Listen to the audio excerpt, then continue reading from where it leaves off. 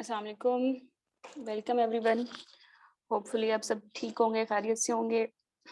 अभी तो मैंने फ़िलहाल सबको म्यूट किया हुआ है, but if you feel to ask any question after session आप पूछ सकते हैं। अगर दरमियान में आवाज़ का मसला होता है या कोई बहुत ही इम्पोर्टेंट क्वेश्चन है जो आप उधर ही पूछना चाहते हैं, तो चैट बॉक्स में आप लिख देंगे, ठीक है?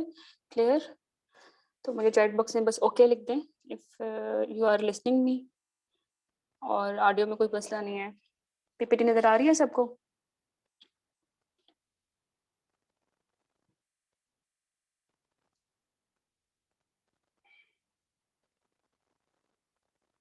Okay, good. चलें, तो ओरिएंटेशन सेशन है सिर्फ़। इसमें मेरा दिल था कि मैं कोई छोटा-मोटा टॉपिक भी ऐड करूँ, लेकिन देन आई डिसाइड कि वो मैं अलग से आप लोगों को भेज दूँगी, ठीक है? It will be available at our public forum के डिफरेंट मॉड्यूल्स को कैसे अप्रोच करना है, ठीक है? चलें, लेट्स स्टार्ट। मैडूम का तो तारुफ जो है वो तारुफ का ही मोहताज नहीं है, because it's only one organization जो एफसीपीएस आईएमएम एमसीपीएस की कोचिंग कर रही है सिंस 3-4 इयर्स, और स्पेसिफिकली सिर्फ इन्हीं कोर्सेज को पढ़ा रही है। कोई जो है इधर-उधर के सारे जो है मिक्सचर कोर्सेज नहीं है। ज़ाहिर बात है, जो आपकी एक ही आपकी स्पेशलिटी होती है जिस पे आप अपना बेस्ट दे सकते हो। तो मैडम को ये लगता है कि आईएमएम, एमसीपीएस, एफसीपीएस के कोर्सेज ही को वो जो है वो बड़े अच्छे अंदाज में पढ़ा सकता है। तो right now we are just offering IMM, MCPS and FCPS coaching for viva, for TOACS and for theory, and कुछ डिफरेंट क्रैश कोर्सेज भी हैं जिसमें हम इम्पोर्टेंट पास पेपर्स करवाते हैं बिफोर एग्जाम, ठीक है? तो ये छोटा सा इंट्रोडक्शन है मैडम का। तो coming to the main agenda कि आईएमएम का सिलेबस क्या है, ठीक है? तो आईएमएम का सिलेबस जो है मैडम के मेंटोर्स ने, मैं माय सेल्फ डॉक्टर महजबीन और डॉक्टर सहरिश ने जो है डिफरेंट मॉड्यूल में डिस्ट्रीब्यूट किया है, ठीक है? Keeping in view IMM specific syllabus. तो नंबर 1 मॉड्यूल जो है आपको पढ़ाया जाएगा when you will join us in our regular theory session, वो है जनरल गायन्यूब्स का मॉड्यूल। इसके लिए हमारा जो बेसिक लेक्चर्स हमने डिजाइन किए हैं वो एविडेंस बेसिक किए हैं, और जो भी 10 टीचर में इम्पोर्टेंट लाइंस हैं, बिकॉज 10 टीचर इम्पोर्टेंट है लेकिन है तो अंडर ग्रेजुएट लेवल की बुक, तो सिर्फ ये पढ़ के आप पास तो नहीं हो सकते, और आप इसको छोड़ भी नहीं सकते, क्योंकि जब आपकी बेसिक्स अच्छी नहीं है तो फिर आप एविडेंस बेस को पढ़ भी नहीं पाओगे। तो थोड़ा बहुत हम 10 टीचर को भी रिवाइज करेंगे, साथ के साथ इम्पोर्टेंट जो भी उसके वन लाइनर क्वेश्चन है जो एग्जाम में आते हैं, तो रेलेवेंट टॉपिक हम ऐड करते रहेंगे। बट बेसिक जो मेन बुक है जनरल गायनी और ओब्स के टॉपिक पढ़ने के लिए, वो एविडेंस बेस है। जनरल गायनी के जो टॉपिक्स हैं इसमें फाइब्राइड है, एडिनोमायोसिस है, इनफर्टिलिटी है, abnormal टाइम ब्लीडिंग है, मेंस्ट्रुअल साइकिल है, कॉन्ट्रासेप्शन है। और जनरल ओब्स में जो है हमने इसको basic physiology of pregnancy, basic antenatal visits, इनमें डिवाइड किया है। तो अगर कहा जाए ओब्स के लिए जो बेसिक एंटीनेटल फिजियोलॉजी है या इसके जो इम्पोर्टेंट टेबल्स हैं वो हम आपको 10 टीचर से ही पढ़ाएंगे, क्योंकि वो ट्राइड एंड टेस्टेड है कि वो एग्जाम में आए हैं। दैट्स वाई बिल्कुल एग्जाम ओरिएंटेड और एग्जाम फोकस्ड 3 मंथ्स का जो है वो सेशन होगा। तो बहुत सारी बुक्स ऐड नहीं करेंगे। हाँ, जो रेलेवेंट पॉइंट्स हैं किसी भी बुक से जो आपके एग्जाम में आते हैं वो जरूर ऐड किए जाएंगे, ठीक है? जब हम जनरल गायनी का मॉड्यूल कर लेंगे तो इसके एंड पे हम आपको एक से एक क्विज लेंगे। इसको हम कहेंगे मॉड्यूलर वाइज क्विज। तो ये 7 मॉड्यूल्स होंगे, तो 7 क्विजेस पढ़ाए आपसे लिए जाएंगे, ताकि हम ऐसे आपके असेसमेंट की जा सके कि आपको मॉड्यूल अच्छे से आता भी है या नहीं। इफ एनी क्यूरी, कोई भी स्पेसिफिक टॉपिक जो है आपको समझ में नहीं आएगा वो दोबारा रिपीट भी होगा, ठीक है? और वो आपके ही अंडरस्टैंडिंग के लेवल पे जाके उसको बताया जाएगा, ठीक है?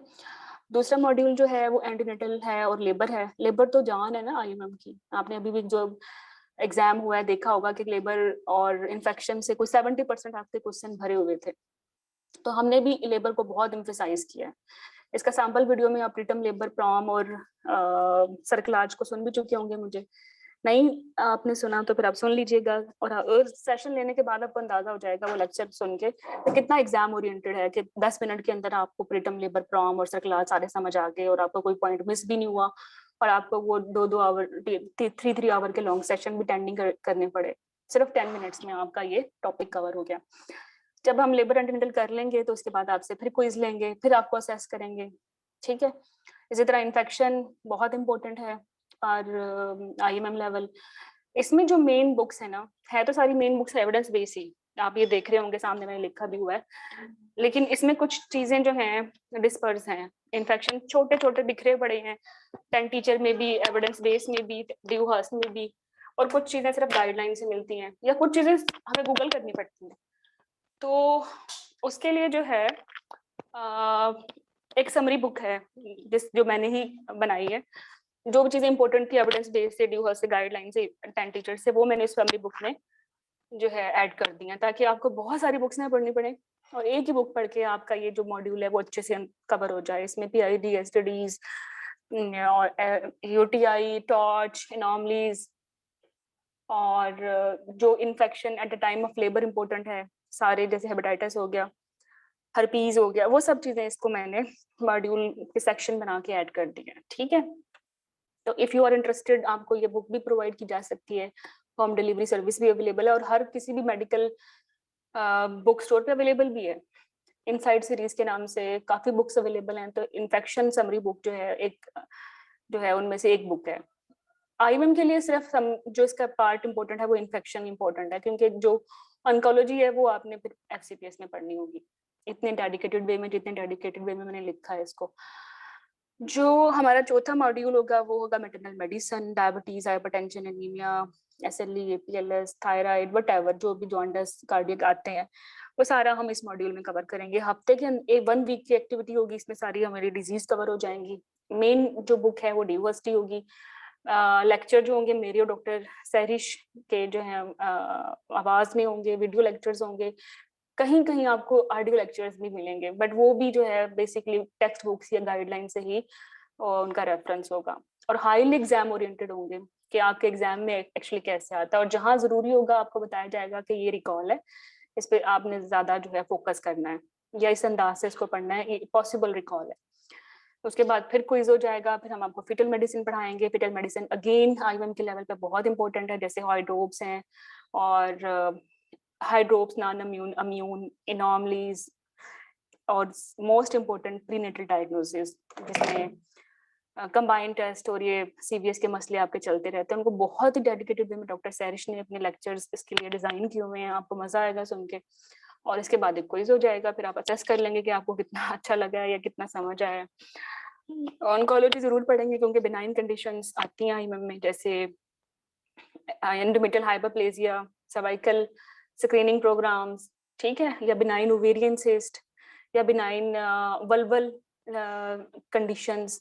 तो वही आपके जो सिलेबस ओरिएंटेड टॉपिक्स हैं वही हम ऑन्कोलॉजी में ऐड करेंगे, हम आपको एडवांस ऑन्कोलॉजी में पढ़ाएंगे। ठीक है, इसके लिए if you want to read EBM that is sufficient, लेकिन अगर आप इन्फेक्शन समरी बुक के साथ ये ऑन्कोलॉजी वैसे ही मॉड्यूल इसमें ऐड है तो वो भी आप पढ़ सकते हैं। ठीक है, यूरोगाइनी अगेन एडवांस नहीं पढ़ाई जाएगी IMM में, सिर्फ बेसिक के स्ट्रेस इनकॉन्टिनेंस की क्या टाइप्स हैं और कैसे उसको MCQs से डायग्नोसिस बना के उनकी मैनेजमेंट जो है वो इंटरप्रेट करनी है, दैट्स ऑल। ठीक है, तो IMM के लिए ऑन्कोलॉजी, यूरोगाइनी छोटे मॉड्यूल होंगे, 10 डेज में ये भी कवर हो जाएंगे। 5-10 डेज आपको दोबारा मिलेंगे ताकि आप उनको रिवाइज करें, उसके बाद आपका क्विज हो जाएगा। तो होपफुली ये 7 मॉड्यूल्स हम 3 मंथ्स में या 90 डेज में अच्छे से कवर कर लेंगे। फिर उसके बाद आप लोगों को डिफरेंट रिवीजन प्लान दिए जाएंगे ताकि टिल एग्जाम आप मोटिवेटेड रहें और ट्रैक पे रहें और पढ़ते रहें। ठीक है, एग्जाम से महीना पहले आप लोगों को अपॉर्चुनिटी दी जाएगी, if you want to make your reading more effective, तो आप IMM और MCPS के जो पास्ट पेपर्स हैं वो उनका अलग से जो सेपरेट सेशन होगा क्रैश कोर्स के नाम से, वो ज्वाइन कर सकते हैं। उसमें 7-8,000 रिकॉल्स हैं IMM के और MCPS के, वो आपको करवाए जाएंगे। और MCPS तो अब बिल्कुल मैंने इसको मैंडेटरी कर दिया IMM के स्टूडेंट्स के लिए भी, क्योंकि whenever I read your paper and I design I feel कि तो MCPS से जो है इन्होंने लिया हुआ है, तो बहुत MCPS और IMM के जो पेपर्स के में MCQs हैं वो बहुत रिपीट होते हैं। मैं ये नहीं कहूंगी कि सिर्फ रिकॉल्स को क्रैम कर लें, हम आपको इस काबिल कर देंगे कि किसी भी तरीके से रिकॉल को ट्विस्ट करके आपको एग्जामिनर दे तो आप उसको अप्रोच कर सकें। ठीक है, तो ये 7 मॉड्यूल्स हैं, 3 मंथ्स में कवर होंगे। हर मॉड्यूल का अलग से एक मॉड्यूलर क्विज होगा। But if you people think कि भाई हम डायबिटीज पढ़ रहे हैं तो हमें डायबिटीज के ही सारे रिकॉल्स हमें एक ही जगह मिल जाए, तो that is another workshop if you are interested कि आप छोटे छोटे टॉपिक्स को भी सिर्फ थ्योरी और एमसीक्यू ओरिएंटेड अलग से देख लें तो वो पॉसिबल है। लेकिन जो मेन काम है वो ये है थ्योरी सेशन। जो भी इवन क्रैश कोर्स में स्टूडेंट्स ज्वाइन करते हैं, दे ऑलवेज फील रेग्रेट के हमें क्यों नहीं पता कि थ्योरी सेशन भी था, और because if theory is mature then you can attempt any difficult scenario. तो थ्योरी तो बहनों इसकी जो है ना जान है आपके एग्जाम की। आपने आईएमएम थोड़ी ना स्टक जिंदगी भर देना, आपने एफसीपीएस भी देना है, आपने वाईवा भी देना है। बेसिक मकसद तो ये ना कि डिग्री मिले, ठीक है। तो अच्छी फाउंडेशन नहीं है ना तो फिर कुछ भी अच्छा नहीं है। तो ये जिंदगी के जो 3 महीने है ना, ये आपकी बेहतरीन इन्वेस्टमेंट है आपके अपने करियर के लिए, ठीक है। तो दैट वाज अबाउट सिलेबस। 1 सितंबर से ये सेशन स्टार्ट हो जाएगा और हमारा जो ग्रुप 1 है, ठीक है, तो 3-4 दिन आपके पास है, आप ज्वाइन कर सकते हैं, ठीक है। सीपीएसपी पूल अक्सर बच्चे पूछते रहते हैं क्या होता है। एफसीपीएस में एफसीपीएस के पास पेपर्स होते हैं, आईएमएम में एमसीपीएस में एमसीपीएस के, ठीक है।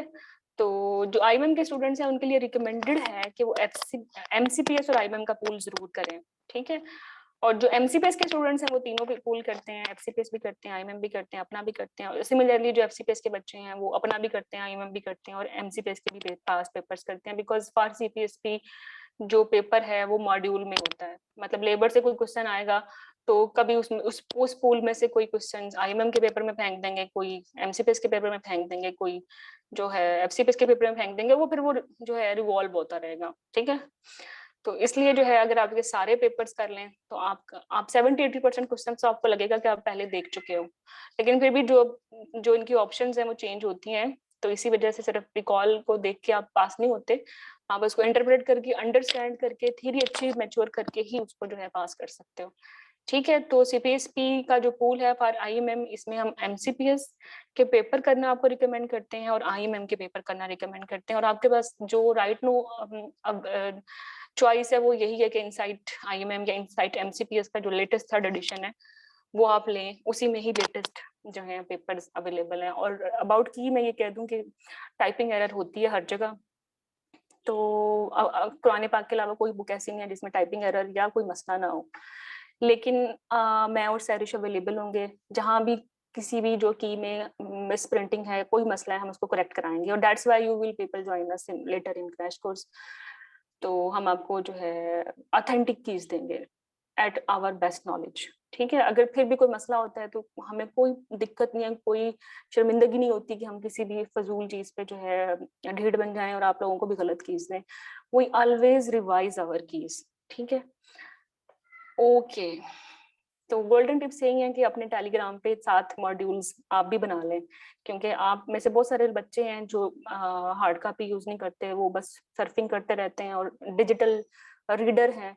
तो आप फिर यूं करेंगे अपने जो है सेपरेट व्हाट्सएप ग्रुप बना लें, जैसे इन्फेक्शन का अलग बना लें, लेबर का अलग बना लें, कॉन्ट्रासेप्शन का अलग बना लें। और जब आप जहां भी आप जो है किसी फेसबुक पे कोई एमसीक्यू रेलेवेंट देखते हैं, आप उसको वहां जमा कर दें, ताकि at the end of your session या बिफोर योर एग्जाम आप हर चीज जो है वो मिक्स ना हो, सेपरेट मॉड्यूल्स बने हो और आपकी सेपरेट चीजें वहां अवेलेबल हो, ठीक है। दूसरा ये कि फर्स्ट रीडिंग में आपने अपने 50% नोट्स बना लेने हैं। ये जो डिजिटल रिविजर्स होते हैं ये हमेशा जलीली होते हैं। जलील इसलिए होते हैं कि सेल चोरी हो गया, जलील इसलिए भी होते हैं जनाब के डाटा उड़ गया, ठीक है। बहुत सारे मसले होते हैं। तो जो आप अपने हैंडमेड नोट्स होते हैं ना वो अच्छे होते हैं, उससे आपकी मेमोरी भी अच्छी जो है बिल्ड होती है और याद भी रहते हैं, एसोसिएशन भी होती है। मुझे तो एक अरोमा फील होता है अपने हैंडमेड नोट्स से ना, एसोसिएशन फील होती है उन नोट्स से। तो मेरी तो यही एडवाइस है कि इंस्टेड ऑफ दिस कि आप डिजिटल रीडर बने, कोई डिजिटल लाइब्रेरी कोई आपको फोर्स करे कि हम ये पढ़ो ये लो, तो इससे बहुत बेहतर है कि मेक योर ओन लाइब्रेरी जो हार्ड कॉपी पे हो, ठीक है। ये ना हो गया 3 मंथ्स के बाद वो लाइब्रेरी भी उड़ गई और वो हर चीज उड़ गई है, टेलीग्राम का ग्रुप भी उड़ गया, ठीक है। चलो, सेकंड रीडिंग में अगेन आप कोशिश करेंगे जो बकिया 50% टॉपिक्स के नोट्स आपने नहीं बनाए थे वो बना लें, और जो इम्पोर्टेंट टॉपिक पे जो इंसिडेंट्स आते हैं वो टॉपिक वाइज ही बनाएं। मतलब लेबर पे अगर आप पोस्ट टर्म पढ़ रहे हो तो आपको अंदाजा हो कि पोस्ट टर्म में जितने भी इंसिडेंट्स हैं वो अलग से अंडर अ स्पेसिफिक हेडिंग जो है अवेलेबल हो, ताकि when you will revise before your exam, तो आपको पूरी बुक खंगाल लेना पड़े, साइड पे लिखे हुए होंगे, ठीक है। I will show you people my incidents book मैंने कैसे बनाई है, ठीक है। तो उससे भी आपको थोड़ा सा गाइडलाइन मिल जाएगी कि हमें कैसे बनानी है, लेकिन जरूर बनाएं। इंसिडेंसेस 15-16 आते हैं हमेशा आईएमएम के पेपर में ना, ठीक है। तो सेकंड रीडिंग तक आपके 100% नोट्स बन चुके हैं और आपकी जो इंसिडेंट्स की बुकलेट है वो भी बन चुकी है टॉपिक वाइज, ठीक है। अब मेरी बात सुनो ना, अगर पोस्टम की हम बात कर रहे हैं, उसका रिकरेंस, उसके जो इंसिडेंट्स है, अगर वो कहा जाए कि 10% है और रिकरेंस उसकी जो है फर्स्ट रिकरेंस 15 है या थर्ड रिकरेंस उसकी 25% है, या उसमें मोस्ट इम्पोर्टेंट काज जो है वो क्या है, उसको प्रिवेंट कैसे कर सकते हैं, ये 2-4 बातें जो हैं वो उसी बुकलेट के नीचे लिख दें। परसेंटेज जो भी बनती है उसकी, आईडीज कितनी होगी, पेरिनेटल मोर्टेलिटी कितनी होगी, सीपी कितना होगा, मेकोनियम स्टेनिंग प्रोलॉन्ग प्रेगनेंसी में कितनी होगी, तो वो सारा एक ही जो है एक ही जगह पे होगा ना। तो हमारा जो दिमाग है वो कोई ऐसा नहीं है कि this is not like your कब्बड़ के हर चीज ठोस दो उसमें, जब उस कब्बड़ में से कोई भी सूट निकालोगे तो फिर वो प्रॉपर तो नहीं निकलेगा ना जब तक ऑर्गेनाइज करके नहीं रखोगे। इसी तरह दिमाग में भी इस तरह से नहीं चीजें आती हैं कि एक ही दफा बहुत सारी चीजें डाल दो। आप अपने दिमाग को भी एक ऑर्गेनाइज कब्बड़ की तरह ट्रीट करें और उसमें भी चीजें जो हैं वो ऑर्गेनाइज्ड वे में रजिस्टर करें, ताकि वो आपका दिमाग उसको रिप्रोड्यूस भी कर सके at the time of need, ठीक है। तो इसी तरह फिर करोगे, अपने अच्छे इफेक्टिव नोट्स बनाओगे, रेलिवेंट टॉपिक के नीचे इंसिडेंसेस लिखोगे तो याद रहेंगे, वरना ये बहुत भूलते हैं। थर्ड रीड में आपको जो है क्या करना है, आपने हर अपनी जो इम्पोर्टेंट टॉपिक है उसकी इंफॉर्मेशन को एक पिक्टोरियल फॉर्म में बनाना है, एल्गोरिथमिक वे में। आगे बताती हूँ कैसे करना है। तो थर्ड रीड करो, थर्ड रीड के वक्त ही इस काबिल हो गए कोई पिक्चर आपके दिमाग में बन सके, उससे पहले तो कोई पिक्चर भी नहीं बनती ना, ठीक है। फर्स्ट सेकंड रीड में तो बड़ी एफर्ट कर लिया आपने, नोट्स बना लिए, बुक्स बना ली, अब उनको बार बार रिवाइज भी तो करना है ना। तो थर्ड रीड में आपने हर चीज को ऐसे रिवाइज करना है कि आपका एक एल्गोरिथमिक वे में आप उसको देखेंगे, फर्स्ट लाइन पे ये करना है, सेकंड लाइन पे ये करना है, थर्ड लाइन पे ये करना है। लेट्स सपोज एक बंदी है जो रुबेला के साथ कॉन्टेक्ट हिस्ट्री के साथ आ गई, तो फर्स्ट लाइन क्या है, प्रीवियस हिस्ट्री थी या नहीं, या डॉक्यूमेंटेड वैक्सीनेशन थी या नहीं। थर्ड ये है कि नेगेटिव आ जाती है तो किस ट्राइमेस्टर पे है, ठीक है। और फोर्थ ये कि फिर क्या करना है, एमनिसेंटेसिस करनी है, नॉर्मली स्कैन करना है, डायरेक्ट टॉप करनी है। ऑब्वियसली रुबेला में डायरेक्ट टॉप करनी है, लेकिन when it comes to CMV या टोक्सो तो डायरेक्ट टॉप नहीं करनी, आपने फॉलो करना है। 7 वीक के बाद आप उसका एमनिसेंटेसिस कराएं, आप उसका नॉर्मली स्कैन कराएं। अगर एमनिसेंटेसिस में भी जो है इन्फेक्शन ज्यादा आता है सीएमवी का या टोक्सो का, तो उसको काउंटर चेक करें नॉर्मलीज के साथ। नॉर्मलीज अगर नहीं आती, you will not go for top, आप बस उसको एक्सप्लेन कर दोगे कि आफ्टर प्रेगनेंसी बच्चे में मसले हो सकते हैं जो कि स्कैन पे पिक नहीं हुए, but it is not indication of direct termination until unless normal scan is okay. तो इस तरह करके आप अपने हर इन्फेक्शन के जो है पिक्चर फॉर्म में या एल्गोरिथमिक वे में उसको अपने माइंड मैप बनाए अपने दिमाग में थर्ड रीडिंग में, ठीक है। तो फिर आप जब थर्ड रीडिंग कर रहे होंगे तो आप इस काबिल होंगे कि आपको पता होगा कि ये जो सिंड्रोम है ना, ये रुबेला का है, ये टोक्सो का है, या सीएमवी का है। अभी आपके एग्जाम में जो क्वेश्चन आया हुआ था जिसमें हेपेटोसेफेलोमेगाली है, कार्डिक डिफेक्ट्स हैं, कैटरेक्ट है, माइक्रोकेफेली, पूरी पिक्चर सीआरएस की थी, लेकिन it was really confusing with CMV cytomegalic picture, ठीक है। इट वाज रियली कंफ्यूजिंग, अगर हम उसमें हाइड्रोकेफलस और कैल्सिफिकेशन ऐड कर दें रेटिनाइटिस के साथ तो वो टोक्सो बन गया। और कुछ ड्रग्स भी ऐसी हैं जो सिमिलर वे में आती हैं, जैसे वारफरीन है, ठीक है। तो फिर थर्ड रीडिंग पे जो आपने करना है, आपने हर टॉपिक को एल्गोरिथम वे में याद करना है, फर्स्ट सेकंड थर्ड स्टेप। और फिर आपने ये भी देखना है कि सिमिलर प्रेजेंटेशन बाकी जगहों पे कैसे होती है, कि ये मिक्स होगा जहां हमसे, उसको भी वहीं रजिस्टर करना है, ठीक है। तो सारे सिंड्रोम एक जगह पे रजिस्टर करेंगे, जो ड्रग्स व सिंड्रोम कराती हैं सिमिलर, उनको एक जगह पे रजिस्टर करेंगे। तो इससे आप फिर एग्जाम में जब बैठे होंगे तो कॉन्फिडेंटली एक्सक्लूड कर सकते हैं कि ये रीजन किसकी वजह से। अदरवाइज थर्ड रीडिंग तक अगर आप ये करने के लायक नहीं हो तो फिर वो फर्स्ट और सेकंड रीडिंग कचराई थी, ठीक है। तो ऑब्वियसली जब you will when join us तो हम आपको इस काबिल बना देंगे कि ये थर्ड रीड आपकी इंतहाई इफेक्टिव होगी, ठीक है। ओनली हाइड अच्छा ठीक है, अगर आप एल्गोरिथम नहीं बनाते, नोट्स नहीं बनाते, तो फिर आप ये है कि बुक पे हाईलाइट कर लें, ठीक है, जो चीजें आपको मिक्स लगती हैं। मतलब आपको लगता है कि सीएमवी और रिजेंबल कर रहा है रुबेला से या टोक्सो से, तो जो इनके रिजेम्बलेंस के पॉइंट है उसको कोड, कलर कोड दे दें कि इस कलर को, इस जो डिफरेंट चीजें हैं उसको मैंने कोड ग्रीन दे दिया है, जब आपका माइंड आपकी बुक पढ़ेगा तो जो ग्रीन हाईलाइटेड पॉइंट्स हैं वही आपके दिमाग में चमकेंगे, आपके मेमोरी में रजिस्टर होंगे और आप उनको एग्जाम से पहले जरूर रिवाइज करना चाहोगे। ये नहीं करना कि हर चीज बैठ के हाईलाइट कर दी, आपने हाईलाइटर को भी बहुत ही जो है प्रोफेशनल वे में यूज करना है। ठीक है, चलो बच्चों, और नो रिवीजन नो रिप्रोड्यूसिबिलिटी। ठीक है, रिवीजन तो आपने करनी 3 मंथ्स के बाद हम आपको जो रिवीजन प्लान देंगे, if you will follow them religiously तो literally you will send us prayers. ठीक है, तो एग्जाम से पहले जिन्होंने नोट्स बना लिए थे वो तो हाई अचीवर्स हैं, जिन्होंने नहीं बनाए थे तो जिन्होंने कलर कोडिंग की हुई थी बुक पे वो भी इंशाल्लाह सक्सेसफुल होंगे। ठीक है, उसके बाद आपने क्या करना है, उसके बाद आपने पूल को प्रैक्टिस करना है as much as possible you can do it. ठीक है, तो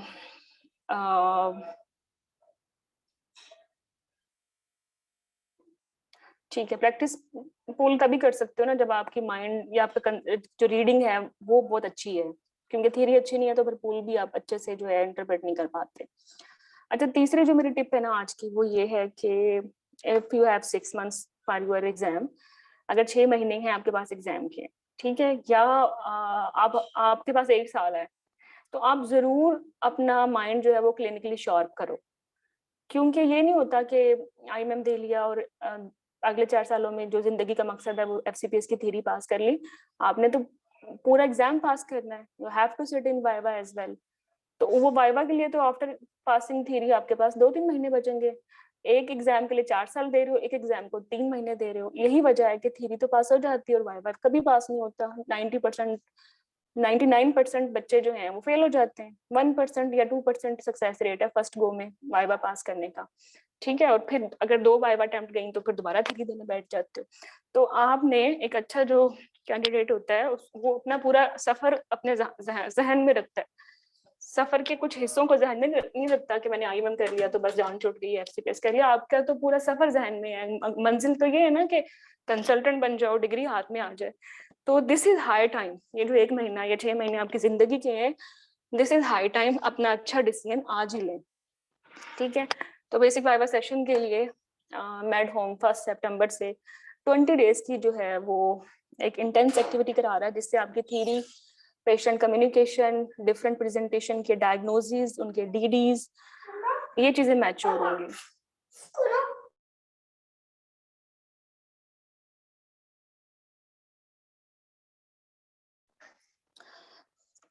ठीक है, तो मैं इसका फ्लायर दिखाती हूँ।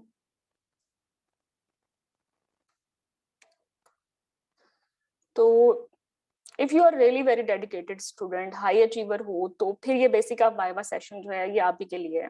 ठीक है, इसमें हम गायनी ओब्स के जितने भी मेजर केसेस हैं उनकी हिस्ट्री लेना आपको सिखाएंगे, वो किस किस अंदाज से प्रेजेंट कर सकते हैं और आपने उस प्रेजेंटिंग कंप्लेन को कैसे एड्रेस करना है ये आपको सिखाया जाएगा। इसके अलावा डिफरेंट डीडीज कैसे आपने बनानी है और उनको कैसे जस्टिफाई करना है ये सिखाया जाएगा। तो अगर ये काम एफसीपीएस का एग्जाम देने से पहले कर लिया है तो फिर इंशाल्लाह थ्योरी पास करते ही वाइवा भी फर्स्ट अटेम्प्ट में हो जाएगा, फिर आप बहुत से लोगों से बेहतर होंगे।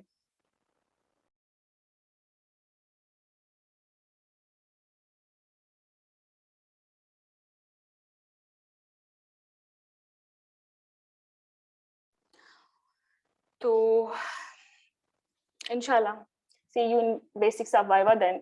ठीक है, तो इस ये जो कोर्स है ये एफसीपीएस आईएमएम रेजिडेंट्स के लिए है, ये उनके लिए नहीं है जिनका वाइवा है। ठीक है, क्योंकि आई अज्यूम जिनका वाइवा है उनको बेसिक्स तो आनी चाहिए। 30-40 डेज में प्रोबेबली उनको हिस्ट्री टेकिंग तो आनी चाहिए ताकि वो मैनेजमेंट पे, रीसेंट एडवांसेस पे खुद को जो है वो शार्प कर सकें।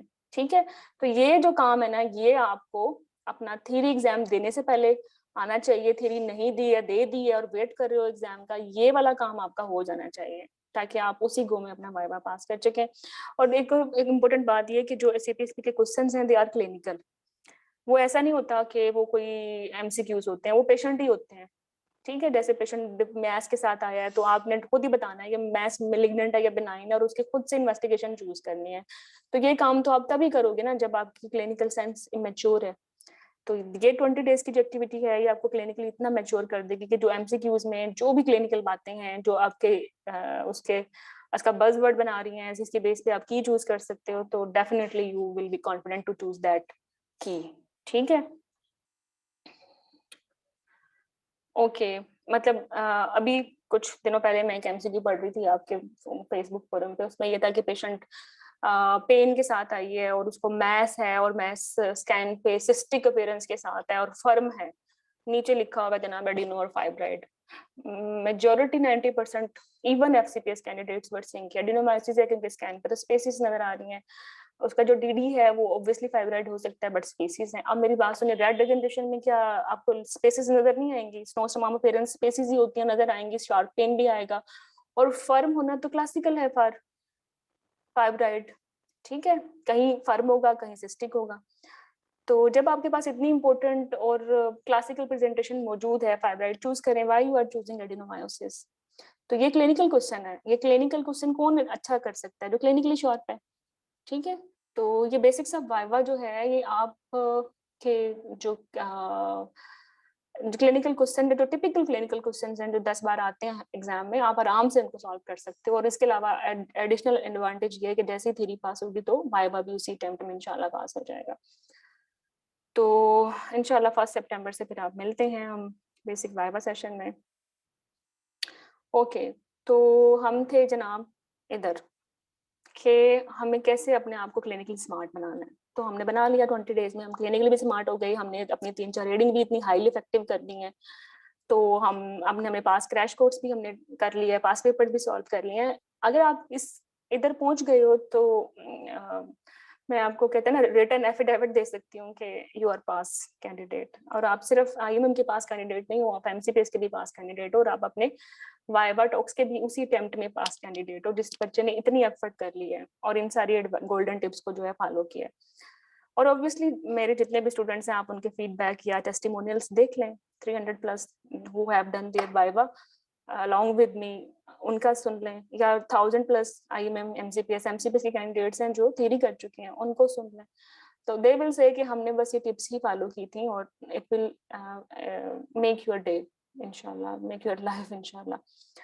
अच्छा, फिर एक और ट्रिप ये है कि अगर आपकी थ्योरी अच्छी है या आप somehow if you are repeater exam pass नहीं हो पाया, तो फिर आप कोई पेपर सॉल्व करते हो ना, तो पेपर में ना कुछ रिलेटेड टॉपिक्स पे कुछ थीम टॉपिक्स होते हैं। मतलब एक पेपर जो होता है उसमें हमेशा 3-4 टॉपिक्स होते हैं जो थीम टॉपिक्स होते हैं। तो हर पेपर के साथ आप उन थीम टॉपिक को जरूर रिवाइज करें साइड बाय साइड में, ये नहीं कह रही A to Z करें।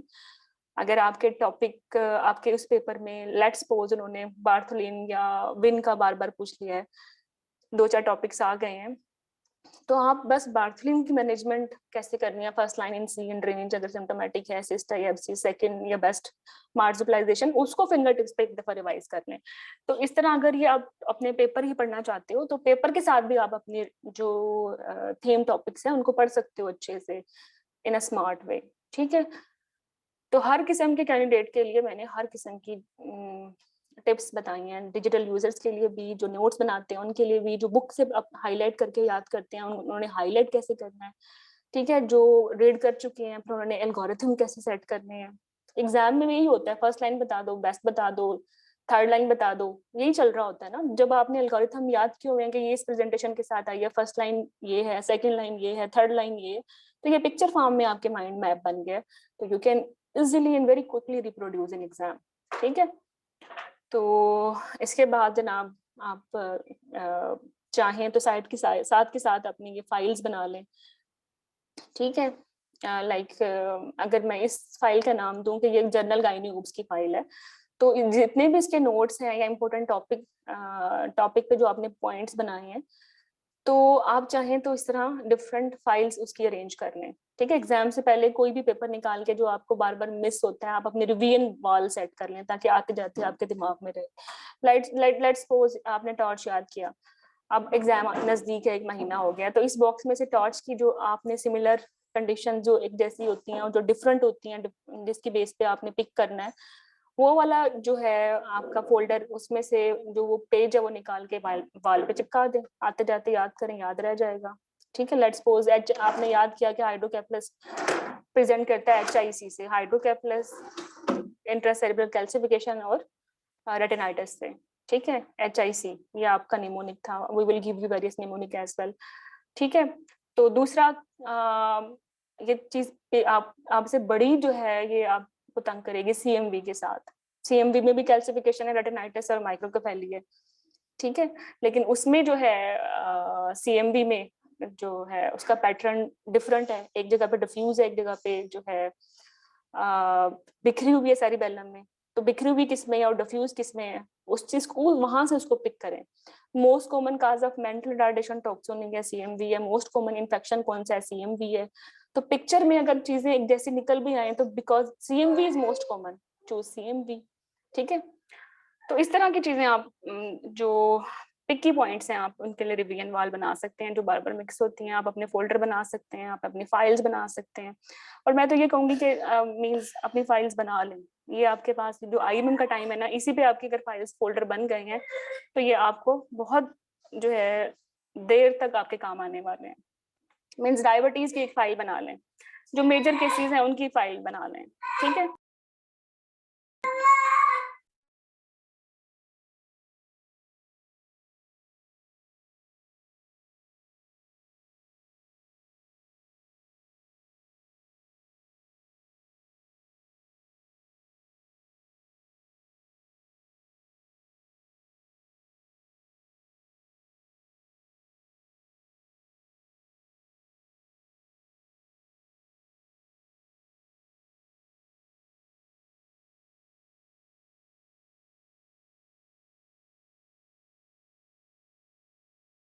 सॉरी म्यूट हो गया था। अच्छा, कोई क्वेश्चन है यहाँ आपका? मैं चैट बॉक्स पढ़ती हूँ। आवाज आ रही है? मैं आई एम, मुझे लगता है मैं ऑडिबल हूँ काफी देर से। जिनको आवाज नहीं आ रही प्लीज मैसेज करें मुझे। ओके, आ रही है आवाज, मदिया को तो आ रही है। अगर मदिया को आ रही है तो फिर सबको आ रही है। अच्छा बच्चों, यहाँ मैं बहुत इंपॉर्टेंट बात करने वाली हूँ। हाल तो टाइम ज्यादा हो गया, मैं चाहती थी कि इतना लंबा ना लेके जाऊँ ओरिएंटेशन सेशन, बट ये फोल्डर जब भी मुझे नजर आते हैं तो मेरी जो है ना दिल चाहता है एक्सप्लेन करूँ। अच्छा देखो बच्चों, मैं आपको बता चुकी हूँ पूरा सफर अपनी नजरों में रखें। एग्जाम पास करना सिर्फ आपका मकसद नहीं है, पूरी डिग्री लेना आपका मकसद है, ठीक है। तो इतनी एफर्ट कर ही रहे हो, अभी आपके पास 6 या 10 महीने हैं एग्जाम के, तो आप डायबिटीज पढ़ रहे हो ना, तो मैं ये कहूंगी कि डायबिटीज का एक फोल्डर अलग कर लें। अब आपको डायबिटीज पे जो आपने नोट्स बनाए हैं उस फोल्डर में अटैच करें। डायबिटीज पे आप रेजिडेंट हो, आपको कोई केस अलाट हुआ है, उस केस को A to Z लिखें, उसकी मैनेजमेंट, उसकी DDs, उसकी एग्जामिनेशन, वो इधर इसी फोल्डर में अटैच करें। डायबिटीज पे आपने कोई सेमिनार अटेंड किया और आपको कोई अच्छी बात सुनाई दी है, कोई रीसेंट एडवांसेस आपने कहीं से सुन लिया है, वो भी इधर इसी में लगाएं। डायबिटीज पे किसी ने आपको स्लाइडिंग स्केल बनाना कुछ और बताया है, किसी ने कुछ और बताया है, आपको 2-3 अच्छे लगे हैं, वो भी इधर ही लगा लें। डायबिटीज का कहीं से डाइट चार्ट अच्छा मिल गया, वो भी इधर ही लगा लें। डायबिटीज का किसी ने कैलोरिक चार्ट दे दिया, वो भी यहीं लगा लें। डायबिटीज की वेरियस प्रेजेंटेशन या नॉर्मलीज आपको मिल गई, वो भी यहीं लगा लें। तो ये चीजें आप अगर सेट करोगे during your residency, when you will prepare for your viva, तो आपका ये पूरा डायबिटीज का फोल्डर जो है वो तैयार है। फिर आपको ये नहीं करना कि फलानी बुक उठाऊं, उस पर लिखा हुआ था डायबिटीज में पोली क्यों होता है, उसमें लिखा हुआ था डायबिटीज में जो है मैक्रो क्यों होता है, उसमें सीरम इलेक्ट्रोलाइट्स प्रॉब्लम क्यों होते हैं। फिर आपको बहुत सारी किताबें नहीं उठानी नहीं पड़ेंगी, आपको बस एक फोल्डर उठाना है। आपने जो केस लेके आए हो वो जो है A to Z आराम से आपका मैनेज हो जाएगा, because in your folder each and everything is there. आपका पूरा वाइवा भी आराम से सेट हो जाएगा, वरना लोग आराम से डायबिटीज एनीमिया में फेल हो जाते हैं, और इसमें कोई ऐसी बात तो नहीं है ना फेल होने की, बस यही है कि they are not actually organised, ठीक है। तो फोल्डर बनाएं, गायनी के 10 फोल्डर बनाएंगे when you will come go into exam, और आपको मैं बताऊंगी कैसे बनाने, और ओब्स के 10 बनाएंगे। हालांकि ये सेशन IMM के लिए और मैं बात आपसे वाइवा की कर रही हूँ, और ये बड़ी आपको अजीब लग रही है, because nobody is actually sincere with you. वो चाहते हैं कि बस आप छोटी छोटी समरी बुक्स पढ़ें और IMM का पेपर दें और बस ठीक है, सम हाउ टॉक्स कर लिया। फिर आप क्या करोगे आगे? FCPS कौन देगा, वाइवा कौन देगा? फिर लोग 7-7 10-10 साल इसी विशेष सर्कल में पड़े रहते हैं, बिकॉज जो गाइड करने का टाइम था, जो समझाने का टाइम था, वो आप गुजार चुके हो। That was residency. अगर आपकी ट्रेनिंग अच्छी है, आपकी रेजिडेंसी अच्छी है, और आपको गाइडलाइन अच्छी मिल गई है, तो फिर इंशाल्लाह यू आर दैट पर्सन जो 1 गो में या मिनिमम गो में पास होने वाला है। ठीक है, अगर अल्लाह पाक ने ये आपको अपॉर्चुनिटी दे दी है और कोई सुनाने वाला, नसीहत करने वाला मिल ही गया है, तो आज इसे अपने फोल्डर बनाएं। Right now if you are doing residency, pre IMM या पोस्ट आईएमएम, ये काम आपने करना है। ठीक है, ये काम उन लोगों के लिए नहीं है जो एफसीपीएस का पेपर देके बैठे हैं। ठीक है, वो ये काम कर ही नहीं सकते। पेपर देते ही 30 डेज में उनका वाइवा आ जाएगा। फोल्डर्स बनाएंगे या एग्जाम की तैयारी करेंगे? होना तो फिर ऑब्वियसली वही है जो आपको पता है, 99% बच्चे रिपीट ही करते हैं एग्जाम। तो मेरे स्टूडेंट्स इंशाल्लाह ऐसा नहीं करेंगे, दे आर लिस्टिंग में। ओके, ज्यादा जज्बाती हो गई थी मैं। चले भाई, मैं आज का सेशन सिर्फ थ्योरी आईएमएम थ्योरी के लिए, तो मैं उसी टॉपिक पे रहती हूँ ताकि जिन्होंने ज्वाइन किया जिस मकसद के लिए वो पूरा हो जाए।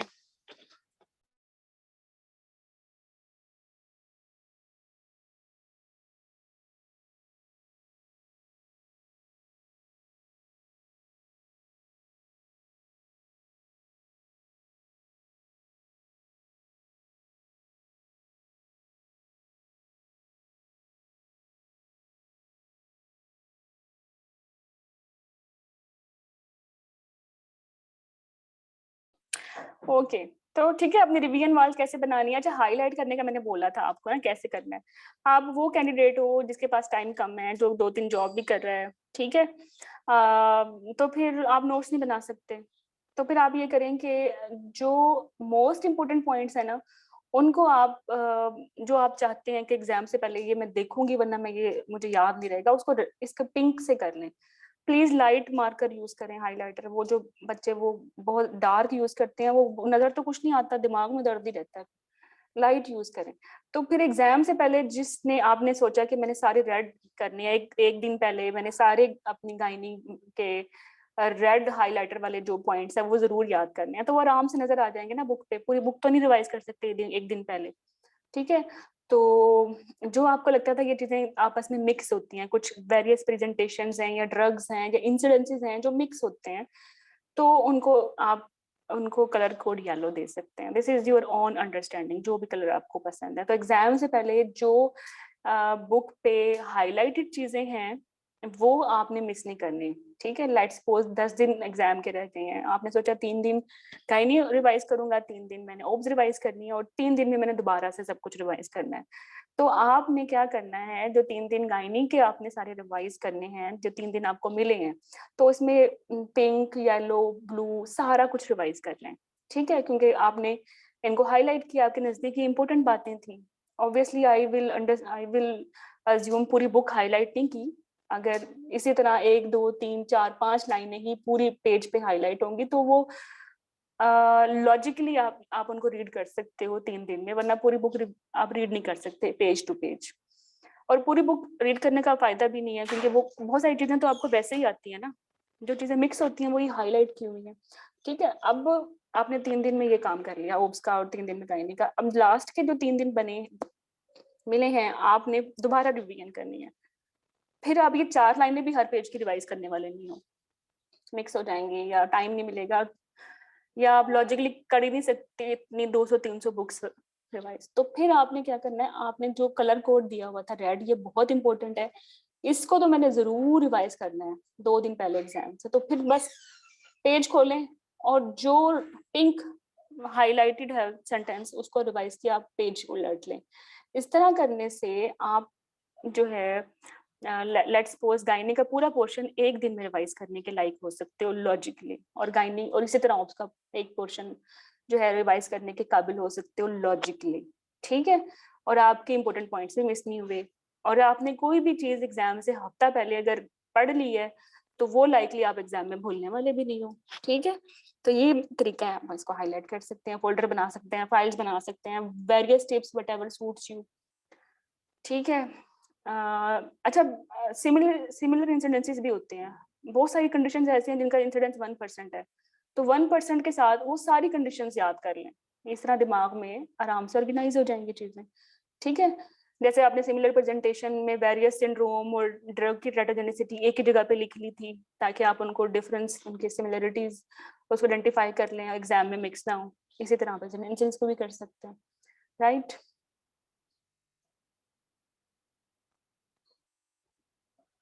अच्छा, जो टेक्स्ट बुक्स हैं वो ईबीएम है, समरीज हैं, ड्यू हर्स्ट है, 10 टीचर है, शाज है, हाई रिस्क है, ठीक है। लेकिन आपने आईएमएम के लिए सिर्फ ईबीएम पढ़नी है, मैं आपको ड्यू हर्स्ट भी रिकमेंड नहीं करूंगी फॉर आईएमएम। हाँ मुझे पता है कि ईबीएम में कुछ गाइडलाइन जो है वो अपडेटेड नहीं है, वो ड्यू हर्स्ट में है, और इवन कुछ ऐसी हैं जो कि ड्यू हर्स्ट में भी अपडेटेड नहीं है, लेकिन कोई मसला नहीं है। If you are joining us, if you are joining med home, तो जो भी अपडेटेड चीजें हैं वो अलग से हम करा देंगे, बट ईबीएम को पढ़ना एब्जॉर्ब करना ज्यादा इजी है as compare to Dewhurst, ठीक है। लेकिन फिर भी हाई अचीवर हो, दिल नहीं जा रहा है इस बुक को स्किप करने को, तो ईबीएम पूरी कर लो, इस बुक के सिर्फ टेबल पढ़ लो, ठीक है। और मैं होती हूँ तो मैं तो क्या करती हूँ, वो टेबल भी कटिंग कर करके लगाती रहती थी अपने, जो मैंने नोट्स बनाए थे। जो आप नोट्स बना रहे हो उसमें ये तो नहीं होता ना कि हर चीज उठा के जो है ना लिख रहे हो, फिर आप थोड़ा इन्वेस्ट करें और एक दो किताबें एक्स्ट्रा खरीदें और उन्हीं नोट्स पे वो जो टेबल्स थे जो आप देखना चाहते हो वो कटिंग करके लगा दें, ठीक है। जो आपने डायबिटीज का फोल्डर बनाया था उसमें वो सारी कटिंग्स लगा दें उसमें, आपका फोल्डर डायबिटीज का फॉर एवर तैयार है, कोई बुक खोलने की जरूरत नहीं है। एक दो बुक तो खरीदनी पड़ेगी नहीं, लेकिन ऑर्गेनाइज हो जाएगा स्टफ, ठीक है। ओके, तो 10 टीचर और एबीएम, ठीक है। शाज और हाई रिस्क और ये सब चीजें आप छोड़ दें। इफ यू आर लिस्टिंग अस, जो चीजें इंपॉर्टेंट है किसी भी एडिशनल बुक से वो मैं आपको करवा दूंगी। CPSP pool books, helping books में इनसाइट आईएमएम और इनसाइट एमसीपीएस है for IMM students, you can't miss it. Areata हम करा देंगे, हर बुक में टाइपिंग एरर होते हैं, do not trust any book की, आस्क सॉल्व डायरेक्टली, खुद सॉल्व करने करें इंशाल्लाह। ये सेशन लेने के बाद इस काबिल होंगे खुद से सॉल्व कर सकें। नहीं आपको लगता है कि नहीं सॉल्व हो रहा, या आपको लगता है कि की ठीक नहीं है, tag us, discuss with us and we will reply. But ये जो पूल प्रैक्टिस है, हर एक वन बाय वन जो एमसीक्यू सॉल्व होते हैं उसके लिए डेडिकेटेड सेशन है, जैसे आईएमएम क्रैश कोर्स, या जिसको हम एमसीपीएस क्रैश कोर्स कहते हैं, या ग्रैंड क्रैश कोर्स कहते हैं फॉर आईएमएम, जिसमें दोनों करवा देते हैं। हेल्पिंग बुक में लेन जो प्री टेस्ट है, ठीक है, वो when you will join IMM session, इसमें लेन जो प्री टेस्ट के जितने भी इम्पोर्टेंट यूनिट्स हैं उनकी आपको वीडियो बुक्स मिलेंगी डॉक्टर सैरिश की आवाज में। वो आपको की भी ठीक कराएंगी, क्योंकि बहुत सारी जो कीज हैं वो जैसे लेंज की कीज अमेरिकन गाइडलाइन के मुताबिक है, वो आपको नाइस और आरसीजी गाइडलाइन के मुताबिक ठीक करवाएंगी, और प्री टेस्ट में जो ओल्ड गाइडलाइन है उनकी कीज को एज पर न्यू गाइडलाइन आपको ठीक करवाएंगे, और इनकी दोनों की आपको ऑडियो बुक्स मिलेंगी, ठीक है। तो बहुत बड़ी ब्लेसिंग है आईएमएम के लेवल पे, ठीक है। अच्छा, मास्टरिंग एंट्री करने की जरूरत नहीं है, वो आपकी जरूरत है सीपीएस के लिए। आईएमएम के लिए ये वाली बुक है लेटेस्ट, इसमें 2021 तक के जो है वो पास पेपर्स ऐड है, और फिर स्पेशल एडिशन है। स्पेशल एडिशन में जो है 2021 के सारे पेपर्स ऐड हैं, मतलब जो फरवरी में हुआ था आईएमएम का पेपर, या फरवरी अप्रैल में हुआ था एमसीपीएस का पेपर, या अभी जो होगा अक्टूबर में एमसीपीएस का पेपर, या अभी 2 दिन 3 दिन पहले आपका जो अगस्त 26 अगस्त में आईएमएम का पेपर हुआ, सारे पेपर्स जो हैं आपको स्पेशल एडिशन में मिल जाएंगे। ये बुक आपको with in 1 month it will be ready and you can ask for home delivery, ठीक है। तो बेसिकली आपने पास पेपर्स के लिए इनसाइट इनटू आईएमएम में और इनसाइट इनटू एमसीपीएस के थर्ड एडिशन में स्पेशल एडिशन ऐड करना है, जिसमें आपको 2021 के सारे लेटेस्ट पेपर विद कीज मिल जाएंगे। और फिर भी कोई प्रॉब्लम है तो tag us, we will reply. हमारे जो हेल्पिंग ग्रुप है वो 24/7 एक्टिव हैं, फेसबुक पे मैं खुद एक्टिव होती हूँ, ठीक है। ये वाली बुक्स हैं एमसीपीएस की जो आईएमएम के स्टूडेंट्स के लिए रिकमेंडेड है। ये वाली बुक अभी रहने देते हैं, do not do this for IMM, ये आप एमसीपीएस में करेंगे, ठीक है। टॉक्स के लिए आईएमएम टॉक्स के लिए ये दोनों बुक्स रिकमेंडेड हैं। इसमें मॉड्यूलर वाइज टॉक्स पढ़ाए गए हैं, बताए गए हैं, और इसमें आईएमएम के जितने पास पेपर्स हैं 5 साल के वो मैंने ऐड कर दिए हैं, ठीक है। इंशाल्लाह see you in TOACS as well करोगे थ्योरी पास। और जब आप जैसा कि मैंने बोला है, तैयारी अभी से स्टार्ट करें अपने पूरे एग्जाम की। तो इफ यू आर इंटरेस्टेड तो ओब्स और गायनी केसेस के लिए बुक्स अवेलेबल हैं written by me, gynae obs cases and obs, ये डिफरेंट 2 वॉल्यूम है। अच्छा, ये इन्फेक्शन की समरी बुक है, जो मैंने आपको बताया था कि गाइडलाइन और ड्यू हर्स्ट 10 टीचर्स से मिक्स करके मैंने छोटी छोटी समरीज बना दी हैं हर टॉपिक की। और बेसिक ऑन्कोलॉजी भी आपको इसमें मिल जाएगी, और maternal disease, early pregnancy, surgeries, urogynae की जो बेसिक चीजें हैं वो आपको दूसरी समरी बुक में मिल जाएंगी। ये 2 समरी बुक फिलहाल अवेलेबल हैं। 3 थर्ड और फोर्थ समरी बुक्स जो है वो लेटर ऑन कमिंग सून है, अभी तैयार नहीं है। समरी बुक है ग्रेन टफ गाइडलाइन की, नाइस की, और एक है लिबरल फेटल मेडिसिन की। ये इंशाल्लाह 3 और 4 मंथ्स में इट विल बी अवेलेबल। तो if you are joining us, तो जो भी इनके पीडीएफ हैं I will share with you, तो आप आराम से अपनी रीडिंग कर सकते हैं या खुद से नोट्स बना सकते हैं मेरी समरी बुक्स को देख के। ठीक है, तो आईएमएम का रेगुलर सेशन है बच्चों, सिलेबस आपको 3 मंथ्स में हम मॉड्यूल सेशन में कंप्लीट करवाएंगे। हर मॉड्यूल के बाद क्विज होगा, आपको सारे सेशन की एक्सेस है टिल योर एग्जाम, जो भी आपका फैब में हो रहा है। 24/7 फेसबुक और टेलीग्राम के हमारे हेल्पिंग जो फोरम है वो ओपन है। If you will join our course तो फिर डेडिकेटेड टेलीग्राम सपोर्ट भी अवेलेबल है। ठीक है, तो दैट इज अबाउट फीस। और हाई अचीवर्स के लिए अगेन मैं बता चुकी हूँ, वाइवा सेशन अटेंड कर सकते हैं, बेसिक वाइवा सेशन। ठीक है, रेगुलर थ्योरी का 7 मॉड्यूल्स के साथ ये है। अगर आप चाहते हो टॉपिक वाइज क्विज़ेस भी करना, तो ओनली आप चाहते हो कि क्विज़ेस करें, हमें क्विज़ेस मिल जाए हर टॉपिक के, तो वो भी अवेलेबल हैं। एग्जाम से पहले आप चाहते हो कि कोई लाइव सेशन पे आके पूरा मॉड्यूल 4 घंटे में हमें रिवाइज करवा दे इंटरेक्टिव सेशन पे, वो भी पॉसिबल है। ये प्रीमियम आईएमएम सेशन है, इफ यू आर इंटरेस्टेड, ये भी पॉसिबल है। ठीक है, okay. MCPS crash course, IMM crash course होंगे हमारे लेटर ऑन जनवरी में। ठीक है, if you want to join us, registration के लिए कांटेक्ट कर सकते हैं मैम मिस नबीरा से। तो आईएमएम के लिए जो सबसे बेहतर ऑप्शन है वो ये है कि आप आईएमएम का रेगुलर सेशन लें, इकोनॉमिकल भी है आपके लिए। ठीक है, ओनली 10,000 फॉर 6 मंथ सब्सक्रिप्शन, और आपके सारे मॉड्यूल और मॉड्यूलर वाइज जो है टॉपिक्स कवर हो जाएंगे। If you want to add quizzes according to topic, कि डायबिटीज पढ़ रहे हैं तो सारे डायबिटीज के रिकॉर्ड्स मिल जाएं, you can join topic wise quiz for this, you can add it into your regular session as well. आप मिक्स एंड मैच भी कर सकते हैं वेरियस कोर्सेज को, लाइक आप अपने रेगुलर सेशन के साथ बेसिक वाइवा सेशन भी ऐड कर सकते हैं, राइट? तो ये आपकी अपनी आपके फ्लेवर पर डिपेंड करता है, whatever you like. But जो रेगुलर आईएमएम सेशन है, this is actually backbone, you can't skip it. No, this time is for your random queries. Hopefully मैं बोली हूँ। चलें जनाब, स्टार्ट हो जाए। What is your queries? IMM का लेना है, insight IMM and insight MCPS दोनों बुक्स लेंगे, बिल्कुल दोनों करेंगे।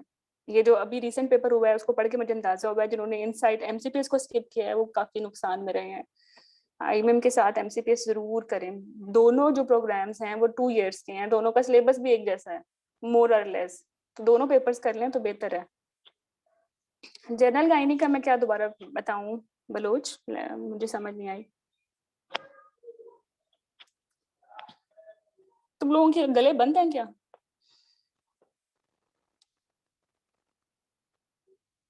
अनम्यूट करो, बात करो।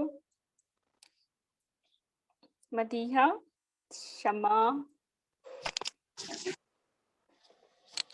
मैडम ये सारा कुछ बस आपने जो बताया वो समझ में तो आ गया, लेकिन कॉल्स के साथ इस तरह से मैनेज करना थोड़ा मुश्किल लगता है, तो उसके लिए कोई टिप्स दे दें कि मैं तो आप लोगों को बता रही हूँ कि ये आपने 3 महीने में नहीं करना काम, जिंदगी पड़ी है ना।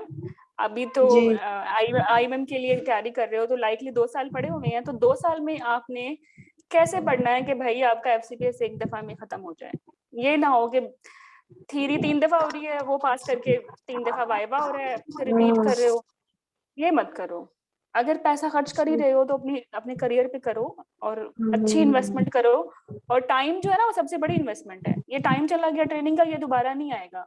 अभी तो हर कोई पढ़ाने को तैयार है, फिर लोग कहेंगे हाँ ट्रेनिंग में नहीं पढ़ा तुम्हें, कहाँ से तुमने ट्रेनिंग की थी, कौन है तुम्हारा सुपरवाइजर, फिर ये सारी सारी लाइफ लॉन्ग एम्बेरसमेंट है। तो दिस इज हाई टाइम, अभी से अपनी जो है थ्योरी भी अच्छी करो, ठीक है, और क्लिनिकल साइंस भी अच्छी करो। और इसके लिए दोनों आपके लिए फैसिलिटीज भी अवेलेबल हैं। ऑब्वियसली हमारे दौर में ऐसा नहीं होता था, मैं तो ठीक क्या है। बताऊं अपनी स्टोरी। तो इतना जलील होने के बाद मैंने सोचा जी था कि I madam. Will do something for my juniors, तो आई एम डूइंग इट। ठीक है मैडम। तो मेरी वैसे सिंसियर एडवाइस है, ये नहीं कि मैं ब्रांडिंग कर रही हूँ, मेरा सेशन है भाई तुम ले लो, भाई तुम ले लो। If I will be a student, तो जी मैं थ्योरी के साथ ना, रेगुलर थ्योरी के साथ मैं जरूर कहूंगी कि बच्चों वाइवा की तैयारी करो, आज से करो, अभी से करो। ये मत सोचो कि थ्योरी पास हो जाएगी तो ये तो बात की बात है, पहले थ्योरी तो ऑब्वियसली कब तक रहोगे, थ्योरी तो करनी करनी, क्या फिर आगे वाइवा नहीं देना? और जब आप एक ही गो के एक ही दफा तैयारी करते हो ना अपने थ्योरी की और वाइवा की, तो आप मेंटली इतने शार्प होते हो, आप बहुत अच्छे अपने एमसीक्यूज अटेम्प्ट करते हो। मतलब एक बच्चा जो सिर्फ थ्योरी के लिए पढ़ रहा है वो तो फेल हो सकता है, एक बच्चा जो वाइवा भी साथ अपनी अप्रोच अच्छी कर रहा है ना, वो फेल नहीं हो सकता।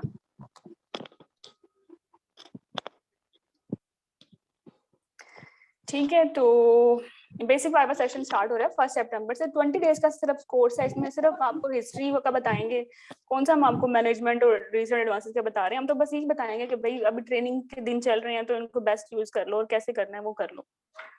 ठीक है, और ये जरूरी नहीं है कि मतलब रोज आए, मेरे बहुत फ्री लेक्चर्स अवेलेबल हैं, वो सुन लें। आफ्टर दिस सेशन मैं आपको टैग कर दूंगी, उससे भी कुछ ना कुछ यू विल फील बेटर। लेकिन टेक होम मैसेज ये कि कुछ करो, इस टाइम को, इन 2 सालों को ना अच्छे तरीके से इस्तेमाल करो कि आईएमएम भी निकले, एफसीपीएस भी निकले। जिंदगी में पता है मूव करना सीखो। आप लोगों की उम्रें जो हैं वो बाकी ग्रेजुएट लोगों से बहुत ज्यादा है। 26-28 साल के तुम सब हो, तो ये ना हो कि एफसीपीएस करते करते 40 के हो जाओ। फिर बच्चे भी देखने हैं, फैमिली देखनी है, बनानी है, कमाना है, बहुत कुछ करना है, सारी जिंदगी पेपर थोड़ी ना देना। तो 4 साल का मतलब ये है कि 5 साल में एफसीपीएस हो जाए। ठीक है मैडम। जी मैडम जी। चलो ठीक है, कोई प्रॉब्लम हो जी तो फिर जी टेलीग्राम पे मैडम जी। I am available. जी ओके ओके, अल्लाह हाफिज।